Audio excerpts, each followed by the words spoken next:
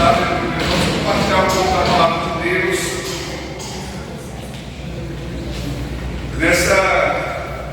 nesse dia. Eu quero compartilhar um pouco com vocês sobre a adoração, essa adoração que rasga os céus, essa adoração que acontece enquanto cantamos.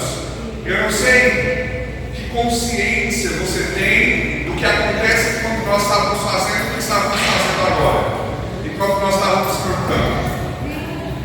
Mas esse tempo pode ser um tempo apenas de música. Aí se eu sei eu canto, se eu não sei eu canto, depois eu reclamo, eu vou escolher a música que não sabia cantar, que não botou a música ali para cantar, né? Por quê? Porque às vezes é só um tempo de música. Agora, quando nós entendemos que esse é um tempo de adoração, que esse é um tempo de declarar ao Senhor verdades do nosso coração para Ele, de cantar sobre quem Ele é.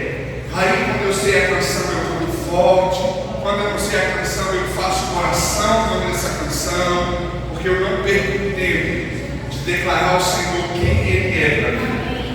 E você sabe, quando a gente pensa na nossa caminhada cristã, a gente pode viver a vida cristã com os olhos basicamente em dois lugares, ou em duas pessoas.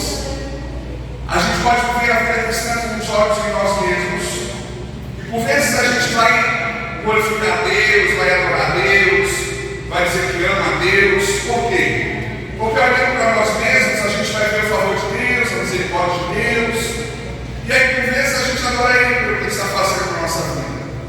Mas viver a vida cristã com os olhos em nós é limitado. Porque significa dizer que nós só vamos adorar o Senhor quando tudo estiver bem comigo. Por quê? Porque eu vivo a vida cristã com os olhos em mim mesmo. Eu vou dizer que as promessas de Deus são a tradução daquilo que são os meus desejos, as minhas vontades. E aí Deus vira quase um garçom, né? Que está no meu serviço, que usa todo o seu poder, toda a sua grandeza para realizar os meus desejos. Dessa forma nós vivemos a vida cristã olhando para nós, para os nossos desejos, ou talvez também para as nossas feridas, para as nossas dores. Aí a gente diz, Deus não está olhando para mim. Por que Deus não está olhando para mim? A Bíblia diz que os olhos de Deus estão sobre toda a terra. Onde você está aqui, eu estou te vendo? Que lugar da terra, que lugar fora da terra você encontrou para se esconder? Não tem. Mas por que muitas vezes nós dizemos, eu acho que Deus não está olhando para mim? Porque nós nos relacionamos com Deus com os olhos em nós. E nesse momento eu estou me sentindo sozinho. Se eu estou me sentindo sozinho, logo Deus não está olhando para mim. Você percebe? Aí você vem ao culto é maravilhoso, acontece grandes coisas, eu estou todo arrepiado com louvor, me ora por mim, me entrega uma palavra, tem tudo a ver com o que eu estava precisando. Aí eu saio daqui feliz, dizendo, Deus me ama tanto. Nunca vi Deus me amar tanto. Porque o que mudou? Nós estamos vivendo a vida cristã com os olhos em nós. E hoje, Deus parece que tem a mesma, porque Ele fez umas coisas. Ontem eu achava que Ele tinha me abandonado. Hoje eu já acho que Ele ama mais que todo mundo. Porque nós vivemos uma vida cristã com os olhos em nós mesmos. A outra forma, e a forma bíblica de nós vivemos a vida cristã, é com os olhos do Senhor. E no dia que eu não senti nada, eu tenho certeza que Ele me ama. Porque quando eu olho para Ele, eu vejo o seu profundo amor. E no dia que eu venho ao culto, eu uma maravilha, eu me arrepio, recebo uma palavra de Deus, eu continuo dizendo que Ele me ama. Porque agora eu não só declaro que Ele me ama, mas eu experimentei também esse amor de uma forma palpável da nossa linguagem, mais limitada. E quando nós falamos sobre adoração, a adoração não tem a ver com a forma como nós estamos nos sentindo. Então hoje eu acordei feliz. Hoje eu acordei certo de que Deus me ama. Aconteceu umas coisas ontem, por exemplo, no meu caso, meu aniversário. Um dia depois do meu aniversário, certamente eu estou empolgadíssimo. Estou querendo adorar o Senhor pela vida.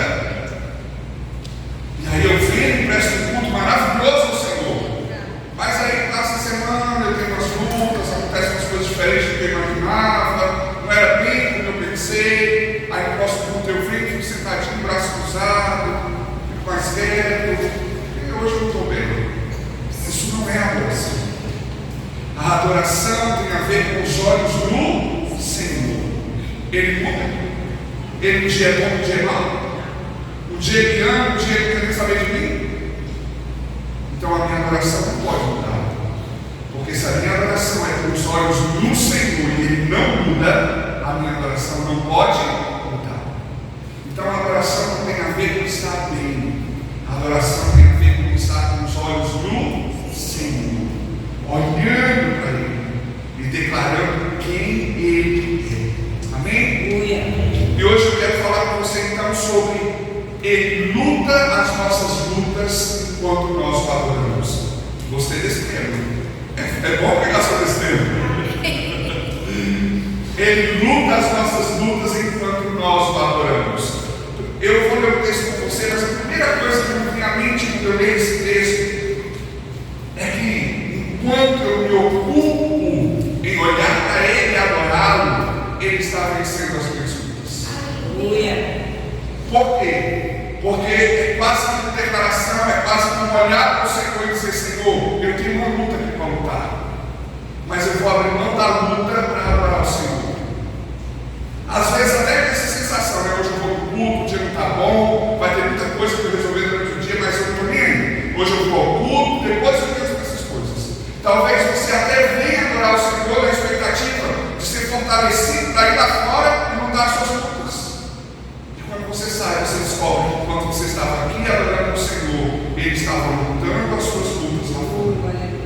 Não é sobre chegar em casa e está tudo resolvido. Não é só chegar em casa, a casa está arrumada, o almoço feito, todo mundo olhando para você com o olho brilhando e dizendo: que saudade, dizendo como você voltou. Não é sobre isso. É sobre entender. É sobre o coração entender que aquelas lutas lá de fora foram já vencidas pelo Senhor.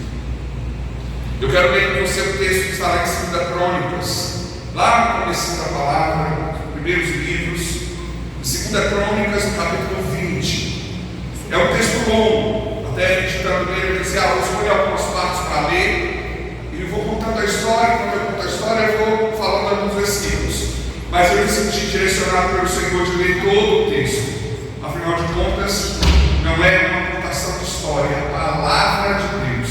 Amém? Então eu quero provocar você, eu quero que você nesse instante ouça e leia a palavra de Deus, entendendo isso. É Deus falando. Não é um texto que o pastor está lendo. É a palavra de Deus. Se é a palavra de Deus, é Deus falando. Amém? Então, ao ler esse texto, ao você que ouvir lendo o texto, deixe que ele vai entrando no seu coração com a palavra de Deus. Deixe que o Espírito Santo vai dizendo: olha, isso aqui que eu quero te dizer. Isso que aconteceu naquele dia, que eu quero que aconteça hoje na sua vida. Amém? Amém? Amém. Eu tenho expectativa no meu coração para terminar de ler o texto. 70% do que eu vou falar já tem sido dito. Deixei 30% porque os outros 20% eu vou fazer oração. Eu vou falar só mais 10. Tá bom? 2 Crônicas, capítulo 20, diz assim: depois disso, os moabitas e os amonitas, com alguns dos meunitas, entraram em guerra contra Josafá. Então informaram a Josafá: um exército enorme vem contra ti de Edom, do outro lado do Mar Morto. Já está em Hazazon Tamar, isto é, em Engedi. Isso aqui é o trabalho, por exemplo. Alarmado, Josafá decidiu consultar o Senhor e proclamou um jejum em todo o reino de Judá. Reuniu-se, pois, o povo vindo de todas as cidades de Judá para buscar a ajuda do Senhor. Deixe sua Bíblia aberta, nós vamos continuar lendo. Mas olha que interessante: Josafá recebe a notícia, o rei recebe a notícia de que está vindo um grande exército contra o povo. Ele recebe a notícia de uma guerra que está se aproximando. A gente não sabe o que é isso, né? A gente tem uma ideia agora que nessa situação da Rússia e da Ucrânia, a gente até pensou, sabe um pouco mais sobre o que é uma guerra, né? Alguma coisa desse tipo, mas a gente mesmo nunca viveu uma guerra, né? Nós não vivemos, mas sabemos que a guerra tem a ver com o medo, a insegurança de ser escravizado, de perder o que tem. Nesses dias aí, sem entrar muito no mérito do assunto, mas nesses dias aí de eleições, eu tenho amigos que vieram de outros países para o Brasil, em diversas circunstâncias. E eu recebi relatos deles narrando sobre o medo deles de viver no Brasil e coisas que viveram em seus países de origem. E me tomou de compaixão, de dizer, Jesus amado, eu não sabia, que a gente só sabe que a pessoa veio, que ela está difícil, não sei o quê, mas a gente não sabe exatamente como veio. Uma amiga ainda disse, olha, no meu país nós aprendemos que temos que estar com uma mochila, com uma roupa, com a sua certidão de nascimento ou seu RG plastificado, guardado, preparado. Porque a hora que precisamos sair, fugir, disso é a única coisa que temos e podemos carregar para chegar em um outro país, pelo menos com a identificação de quem somos. A gente não faz ideia do que isso significa. Mas ao mesmo tempo que eu fui tomado de compaixão, eu fui tomado de medo. Não aquele medo de dizer, meu Deus, eu adoro. Não, mas o receio de dizer, Jesus amado. E você sabe, eu recebi essa mensagem no domingo das eleições, após o culto em que eu estava ministrando lá em Santa Catarina. Na segunda-feira pela manhã eu acordei com meu sogro, tentando falar comigo com Luísa, para advertir que nós não conseguimos retornar para Joinville, porque as coisas estavam fechadas. Aí eu liguei a televisão e falei, não deve ser tudo isso, né? Deve ser coisa de pai, né? Preocupado. Eu liguei na recepção do hotel que nós estávamos e disseram, não tem nem como ir, nem como vir. Estávamos com o carro na reserva, eu falei, eu vou me abastecer, pelo menos com o carro abastecido. Na hora que você pode vir, eu já estou pronto. Fiquei 3 horas na fila de Jesus, sem ter segurança, não conseguiria abastecer. Então, isso é o máximo que a gente vive de uma situação que a gente fala, nossa, que difícil, que medo do que possa acontecer, é o máximo.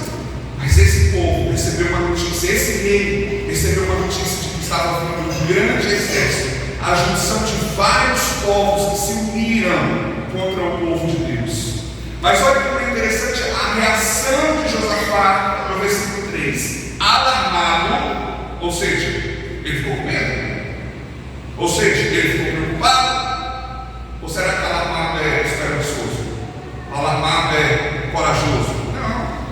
Ele ficou com medo, ele teve medo. E o que ele fez? Fugiu, foi chorar, foi dizer, o Senhor abandonou a gente, nós somos seu povo, você esqueceu da gente, foi isso que ele fez. A Bíblia diz no versículo 3 que alarmado, Josafá decidiu consultar o Senhor e proclamou o jejum em todo o reino de Judá. Você percebe a diferença? Nós vamos ficar tão alarmados quanto qualquer outra pessoa. Diante de uma notícia triste, diante de uma tragédia, diante do luto, diante da falta de dinheiro, diante de uma notícia que nos pega de surpresa, nós, como qualquer um que ama a Deus, que ama a Deus, que crê em Deus, que é crente até o último fio de cabelo, no meu caso da barba, né? Ou que não crê em Deus de jeito nenhum, qualquer um de nós vai ter a mesma reação. Vamos ficar alarmados, preocupados. Qual é a diferença? Qual é a diferença daqueles que adoram ao Senhor? Não é essa a diferença daqueles que frequentam a igreja e que não frequentam. É a diferença entre aqueles que adoram ao Senhor e os que não adoram ao Senhor. Daqueles que têm os olhos no Senhor e daqueles que têm os olhos nas circunstâncias. Qual é a diferença? Nós que adoramos ao Senhor, nos vemos alarmados e precisamos tomar uma decisão.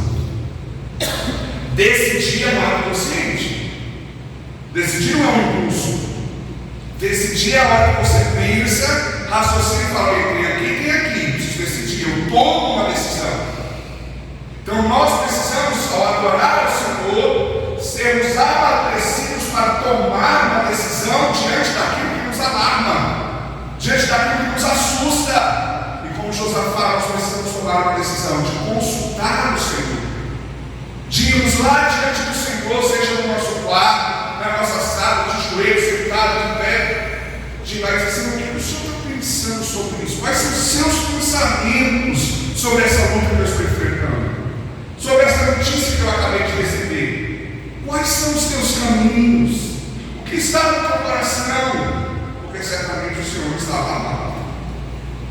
E Josafá decide buscar a orientação do Senhor, e ele proclama diante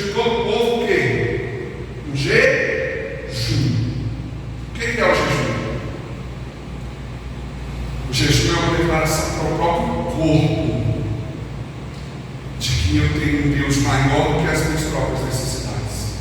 Porque comer, para alguns é só necessidade. No meu caso é necessidade e prazer.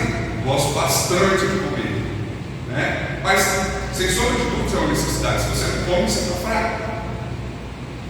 Mas voluntariamente esse povo decidiu não comer, decidiu jejuar, mostrar-se fraco diante do Deus que é forte.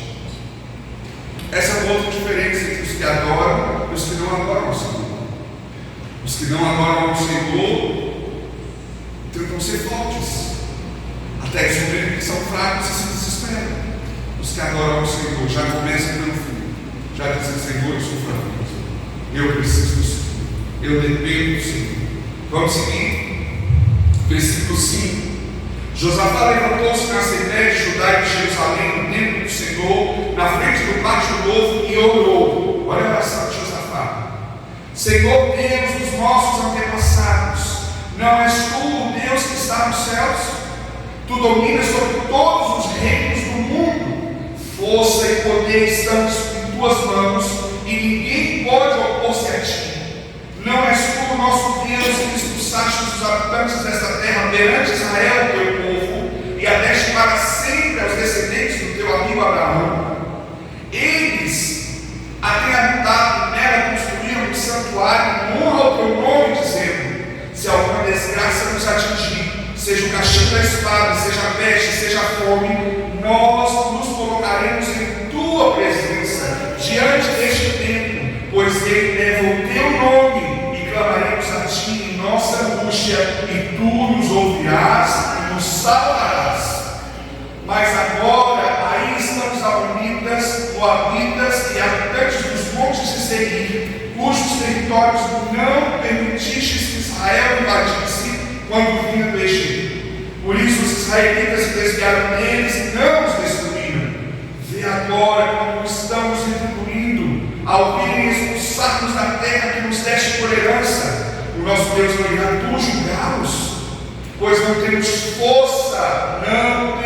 força para enfrentar esse exército imenso que vem nos atacar. Não sabemos o que fazer, mas os nossos olhos se voltam para ti. Que oração! Quero aprender a fazer essa oração. Que oração! Olha, perceba o caminho da oração de Josafá. Ele começa falando do seu problema. Ele não começa falando da sua luta. Ele não começa falando da sua guerra. Ele começa falando sobre tudo que Deus já fez.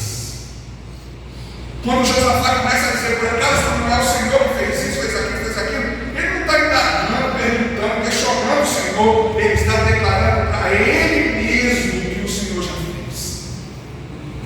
Então ele declara sobre as grandezas do Senhor. Depois de declarar sobre o que o Senhor já fez, aí ele começa a falar sobre a luta que ele está enfrentando.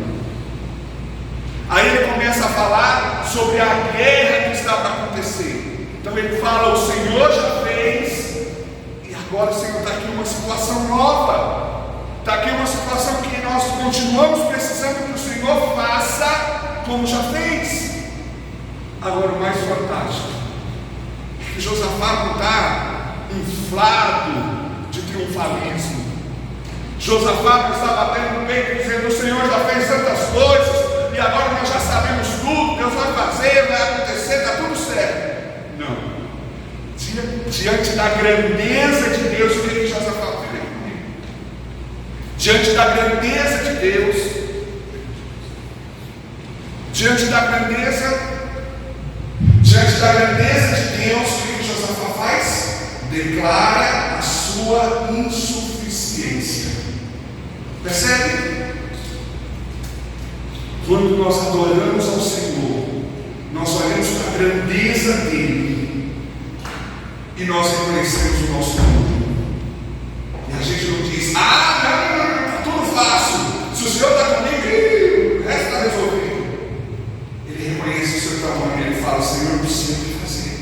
Deixa eu dizer uma coisa para você: esse homem aqui não está falando de uma luta que veio sobre a casa dele. Esse homem aqui não está reconhecendo que não sabe o que fazer, mas ele é o pai de 3 filhos, casado com Dona Luísa. Não! Ele é o rei de um povo.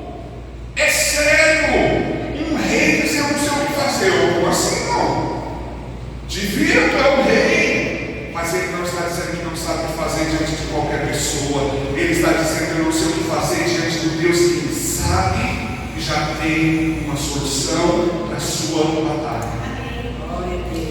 No versículo 13 ele diz: todos os homens de Judá, com suas mulheres e seus filhos, até o Sheol, estavam ali em pé diante do Senhor. Glória a Deus. Então o Espírito do Senhor veio sobre Jaziel, filho de Zacarias, neto de Banaia, bisneto de Jeiel, e trineto de Matanias, levita e descendente de Asaf, no meio da Assembleia. Ele disse: escutem, todos os que vivem em Judá e em Jerusalém, do rei Josafá, assim diz o Senhor. Recebe a notícia: está vindo chumoroso, está vindo uma batalha grande. Josafá fica atemorizado e busca ao Senhor. Ao buscar ao Senhor, recebe uma direção, faz o povo jejuar, faz uma oração declarando a grandeza de Deus, falando da luta que está para encarar, reconhece a sua insuficiência. E agora Deus entra na história. Agora Deus começa a falar. Ele disse, voltando ao versículo 15, ele disse: escutem todos os que vivem em Judá e Jerusalém, do rei Josafá, assim diz o Senhor, não tenham medo, nem fiquem desanimados por causa desse exército enorme. Ou seja, Deus também considerava o exército enorme. Não era frescura de Josafá, não era drama de Josafá. Deus também considerava o exército que veio contra Israel enorme. Pois a batalha não é de vocês, mas de Deus. Amanhã desçam contra eles, eis que virão pela subida de Ziz, e vocês se encontrarão no fim do vale, em frente do deserto de Jeruel. Vocês não precisarão lutar nessa batalha. Tomem suas posições, permaneçam firmes e vejam o livramento que o Senhor lhes dará, ó Judá, ó Jerusalém. Não tenham medo, nem desanimem. Saiam para enfrentá-los amanhã, e o Senhor estará com vocês. Que resposta preciosa de Deus, não é?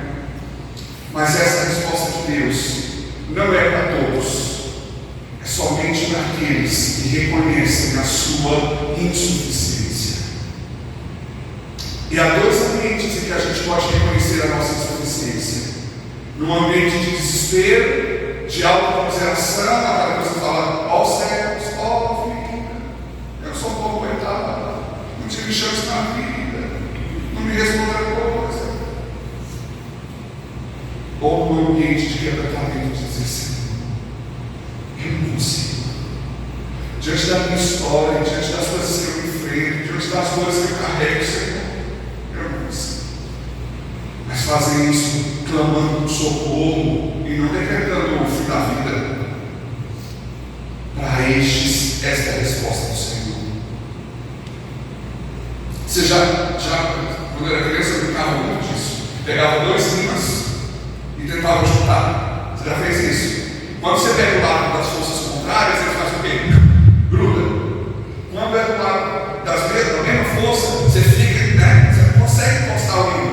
Você já viu isso? Com Deus é a mesma coisa. Enquanto você fica, eu consigo, eu posso, fica assim, não. Você querendo ser forte, Deus forte, não vai cumprir. E aí tem a sensação que com muito amor, Deus senta e fala: não, meu filho, tenta. Quando você entender que você precisa ser fraco para que eu seja forte, a gente caminha junto. Enquanto eu estou aqui precisando só chamar, te amo, vou te proteger, as suas próprias escolhas. Mas vai, tenta. O Joaquim está nessa fase das descobertas, né? De escalar as coisas, Jesus amado. Esses dias nós nos encontramos aí em cima da mesa. Mas escalando tudo. Por vezes eu não deixo, como pai, claro. Por vezes eu vou tentar ajudar ele e falar: não.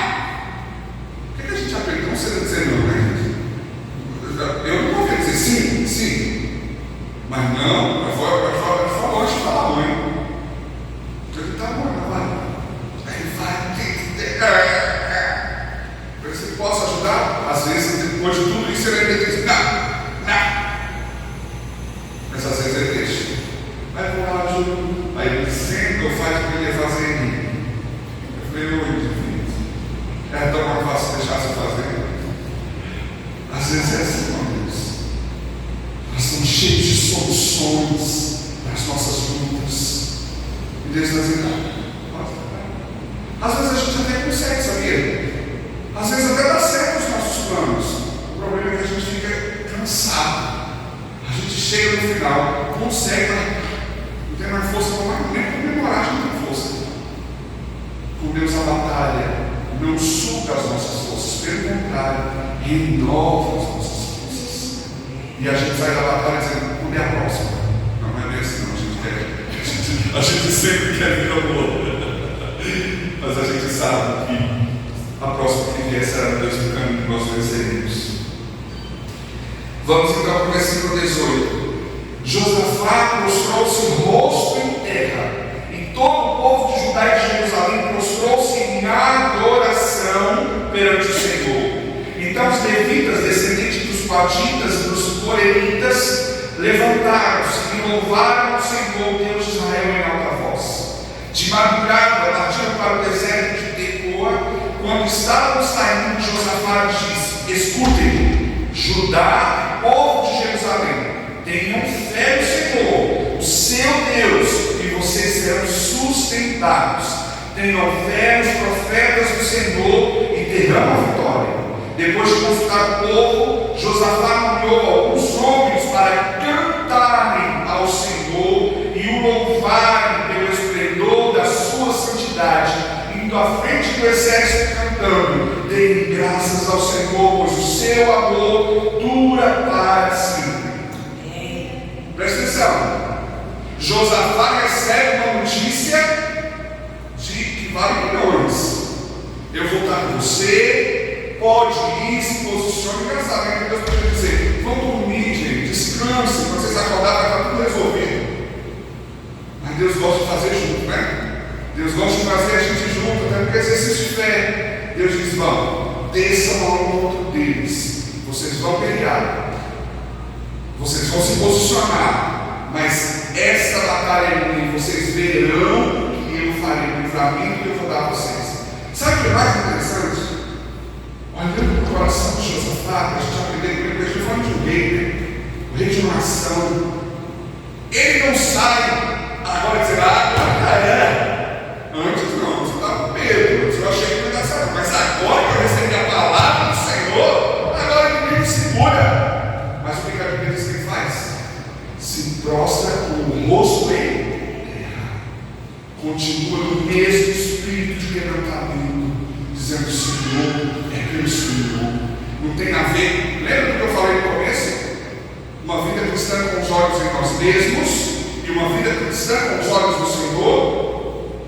Uma vida cristã com os olhos de nós mesmos, ao ouvirmos uma promessa dessa de Deus: irmão, ninguém me segura, não tem dificuldade para mim, o Senhor me escolheu, me ungiu, aleluia. Com os olhos do Senhor, a gente fala: não acredito. Quanta graça, quanta misericórdia do Senhor sobre a minha vida, de me garantir uma vitória que eu não acreditava que seria capaz. E nós continuamos no lugar de quebrantamento e adorando a Ele, porque por causa dele, tem a ver com Ele e não com o meu tamanho. E Ele chama o povo e diz: olha, tenho fé. A palavra nós já temos, a promessa Deus já fez, agora a nossa parte é ter fé. Tenham fé. E é engraçado que eles vão à batalha e Josafá escolhe alguns homens para ir cantando. Como assim? Devia ter escolhido os homens mais fortes para ir na frente, uns que pegassem, soubessem manejar melhor as armas de guerra.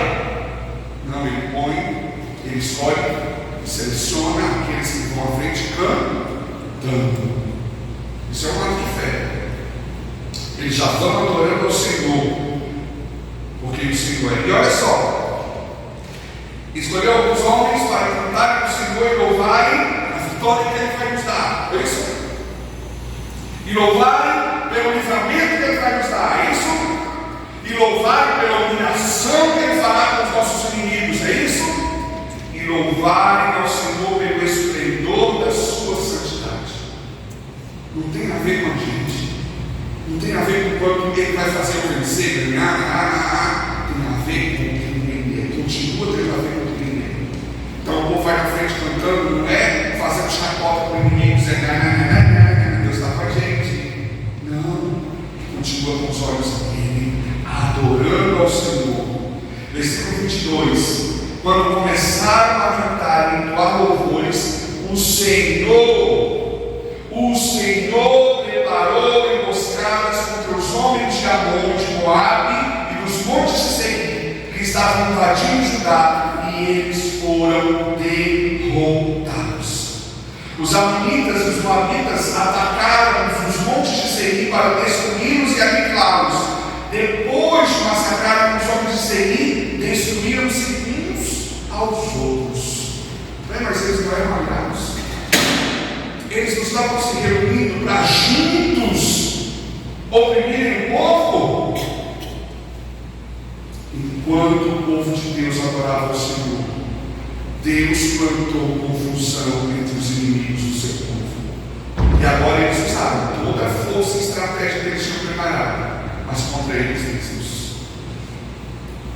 24. Quando os homens de Judá foram para o lugar de onde se avista o deserto e olharam para o imenso exército, viram somente cadáveres no chão.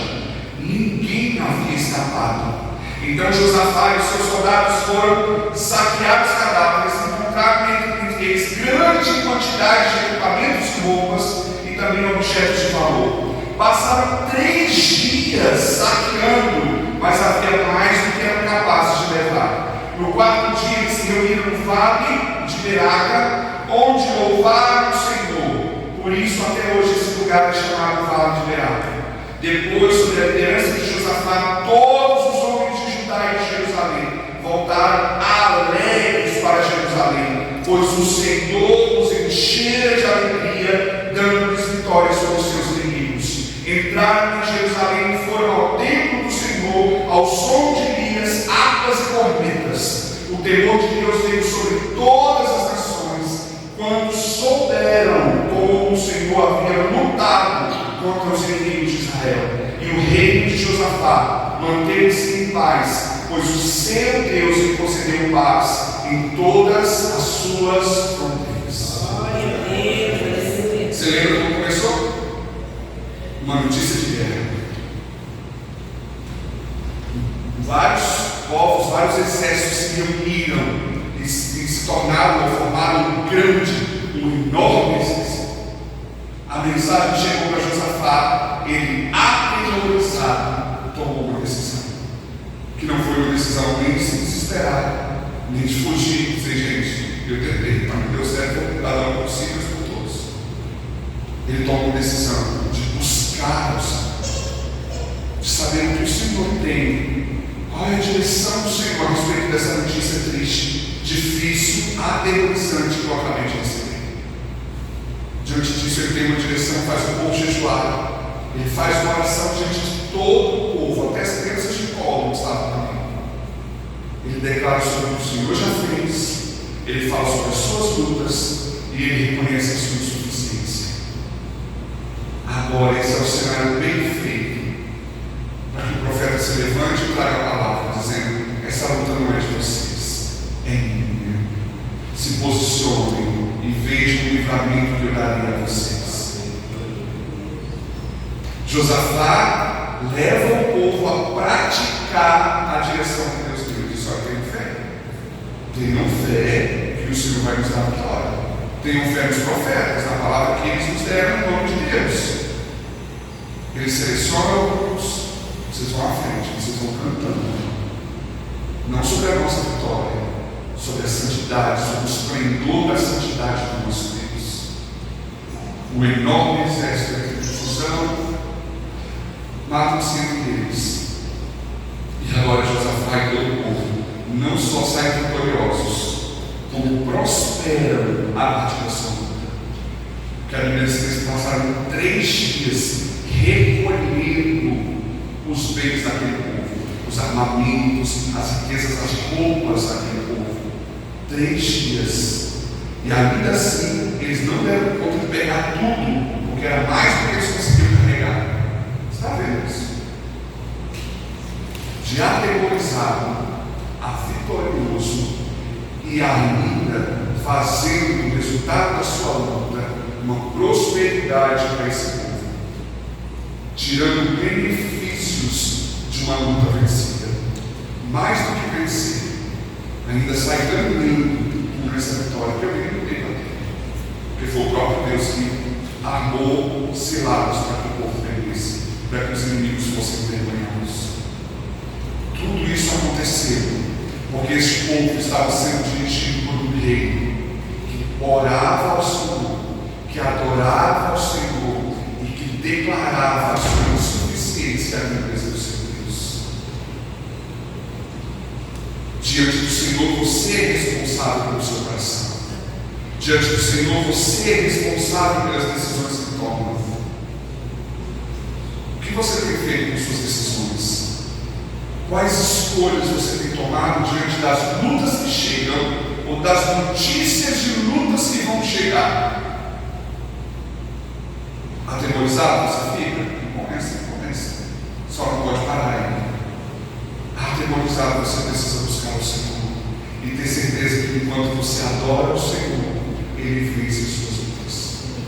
Ô irmão, se te falo irmão no culto domingo, o que aconteceu? Pastor, estou passando umas lutas lá em casa, nem deu para vir na igreja, viu?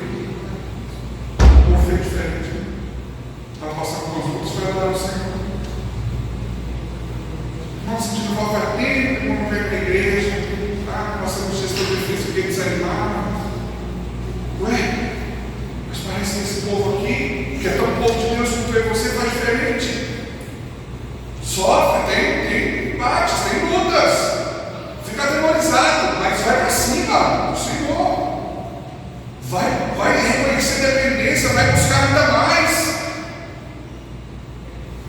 A gente às vezes a luta nos afasta de Deus. Aqui tornou o povo mais próximo, íntimo de Deus, buscou mais, tirou. Seja fortalecido. Que as suas lutas não sejam para a morte, mas para a vida. Que as suas lutas não sejam para você questionar quem é o seu Deus, mas sejam para você reconhecer quem Ele é enquanto você precisa dEle. Para adorá-lo, para receber dEle direção, para obedecer a direção que Ele dá. Não é fácil. Como rei de povo dizer, vamos lá, gente. Não. Mas eles são maiores do que nós. Não viu o que o profeta disse, é para a gente ir. Não, eles são terríveis. Aí vamos dois lá, ver se vai dar certo, etc. Vai. A gente vai ficar na intercessão. Vocês vão, a gente fica aqui só intercedendo. Não foi fácil. E se o profeta tivesse errado? E se o Senhor não cumprisse o que falou? E se não foi o Senhor que falou? Vamos morrer. Você fez o negócio. Por isso Josafá disse: tenham fé. Exerçam a fé de vocês. Quando tudo vai bem, a gente sabe que vai dar certo, mas não precisa de fé, não precisa de paciência. É só esperar que acontecer, vai dar certo. Né? A fé é exatamente para isso, para crer em coisas que parecem que não vão acontecer. Eu tenho convicção que vai acontecer. Eu tenho certeza que o Senhor está cuidando de mim, mas as circunstâncias não mostram isso. É para essas horas que precisa de fé. Eu quero orar com você, eu vou subir. Eu quero orar com você nesse instante, para que essa palavra, pelo Espírito Santo, seja gravada no seu coração. E para que você saia daqui hoje dizendo: eu sou vitorioso, eu vou vencer, vai dar tudo certo. Mas que você saia daqui dizendo: o Senhor é maravilhoso, o Senhor é grande. Ele é de revelação, Ele já fez grandes coisas. Que nós possamos sair daqui declarando sobre quem o Senhor é. E enquanto nós o adoramos, ao caminho de casa, na nossa casa, fazendo a comida, botando as coisas no lugar, indo trabalhar amanhã, enquanto nós o adoramos, o Senhor está vencendo as nossas lutas. Nossa parte, adorar e nos posicionarmos para ver o que o Senhor fará. Amém? Vou convidar você a ficar de pé no seu lugar.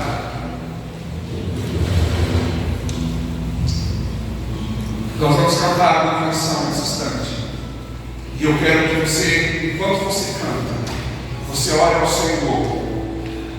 E você deixe que o Senhor fale com você nessa hora, a respeito da sua luta. E eu falei de alguns exemplos de luta aqui, mas você sabe qual é a sua, sabe? Você sabe o que tem te aterrorizado. Você sabe o que te fez acordar preocupado, ou talvez nem dormir direito preocupado. Então, olhando para essa luta, olhando para essa batalha, eu quero te convidar a cantar essa canção e a deixar o Senhor falar com você.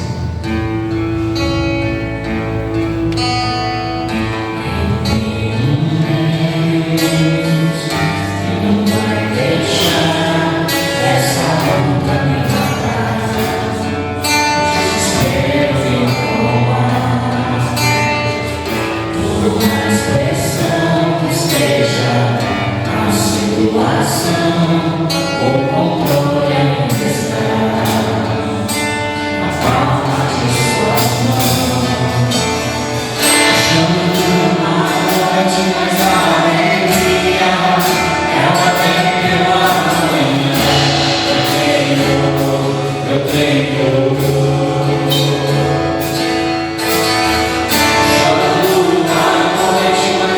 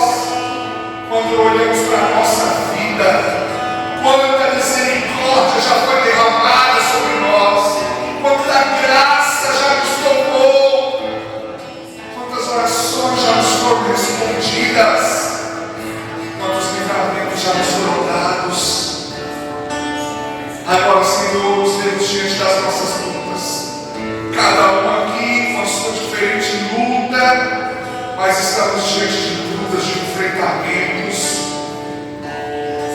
Como Josafá, nós estamos para dizer ao Senhor: não sabemos como fazer.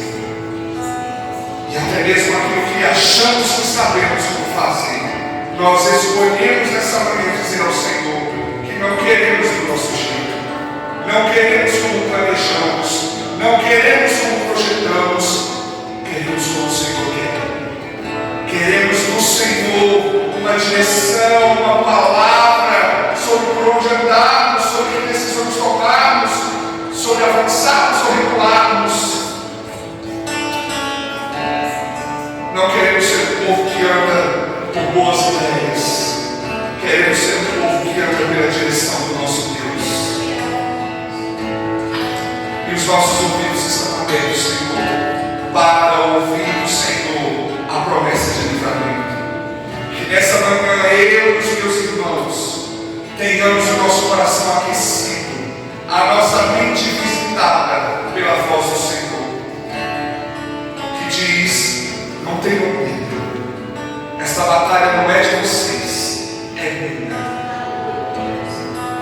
Saiam ao encontro da luta, daquilo que hoje se levanta como seu inimigo.